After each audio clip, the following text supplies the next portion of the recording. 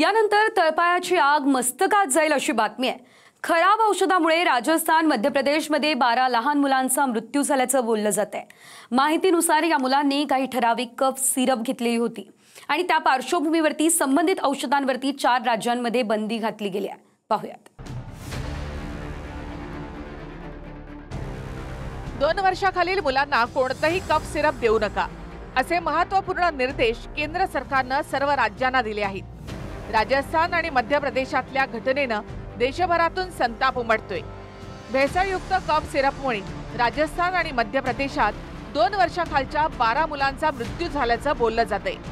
या 12ही मुलांना cough syrup दिल्यानंतर त्यांचे मूत्रपिंड निकामी होऊन त्यांचा मृत्यू झाल्याचा दावा होतोय। त्यामुळे केंद्रानेही 2 वर्षाखालील मुलांना खोकला किंवा सर्दीसाठी औषध लिहून देणाऱ्या डॉक्टरांच्या विरोधातही इशारा दिलाय। जास्त नफ्यासाठी कफ सिरपमध्ये धोकादायक रसायनं मिसळल्याचा आरोप आहे। मृत्युमुखी पडलेल्या मुलांना जे कफ सिरप दिलं गेलं त्यामध्ये इथिलीन ग्लायकॉल आणि डायथिलीन ग्लायकॉल हे 2 घटक आढळले आहेत, जे मुख्यतः औद्योगिक कारणासाठी वापरले जातात। जाणकारांच्या मते या घटकांच्या कमी सेवनाने सुद्धा मूत्रपिंड आणि मेंदूला गंभीर नुकसान होऊ शकतं। संशयाच्या घेऱ्यामध्ये कोल्ड्रीप आणि नेक्सा डीएस ही 2 औषधं आल्यामुळे तामिळनाडू, केरळ, मध्य प्रदेश आणि राजस्थान या राज्यांमध्ये बंदी घालण्यात आली।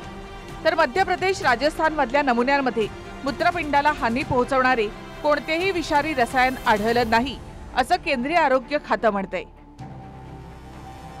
ज्या मुलांचा मृत्यू झाला त्यांना सर्दी खोकल्याचा त्रास होता। डॉक्टरांनी त्यांना 2 वादग्रस्त कफ सिरप लिहून दिली। काही दिवस त्रास थांबला, मात्र पुन्हा सर्दी खोकला सुरू होऊन लघवी होणं थांबलं आणि काही दिवसातच मूत्रपिंड बंद होऊन 12 मुलं दगावली। सूत्रांच्या माहितीनुसार महाराष्ट्रामध्ये 26,000 लिटर कफ सिरपचा साठा नष्ट करण्यात आला, तर तामिळनाडूचं कोल्ड्रीप कफ सिरपवर बंदी घालून ते बाजारामधून हटवण्याचे आदेश देण्यात आले। मात्र जर लहान मुलांच्या औषधातही भेसळ करण्यापर्यंत मजल गेली असेल तर अन्न औषध प्रशासन आणि अधिकारी नेमकी कशावर नजर ठेवतात यावर देखील प्रश्न उभा राहतोय।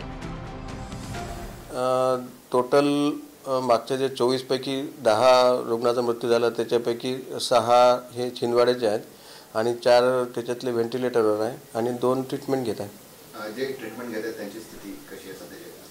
ती थोडी बरी आहे, आधी म्हणजे यांच्यापेक्षा बाकी बरी आहे थोडी।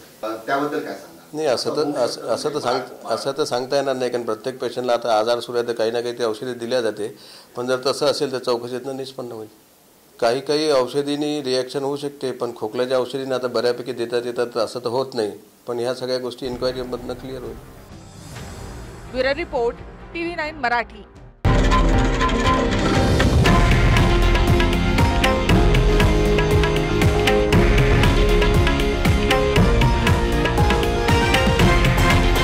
हे आहे देशातील नंबर 1 न्यूज नेटवर्क आणि आपण पाहत आहात TV9 मराठी, एकमेव।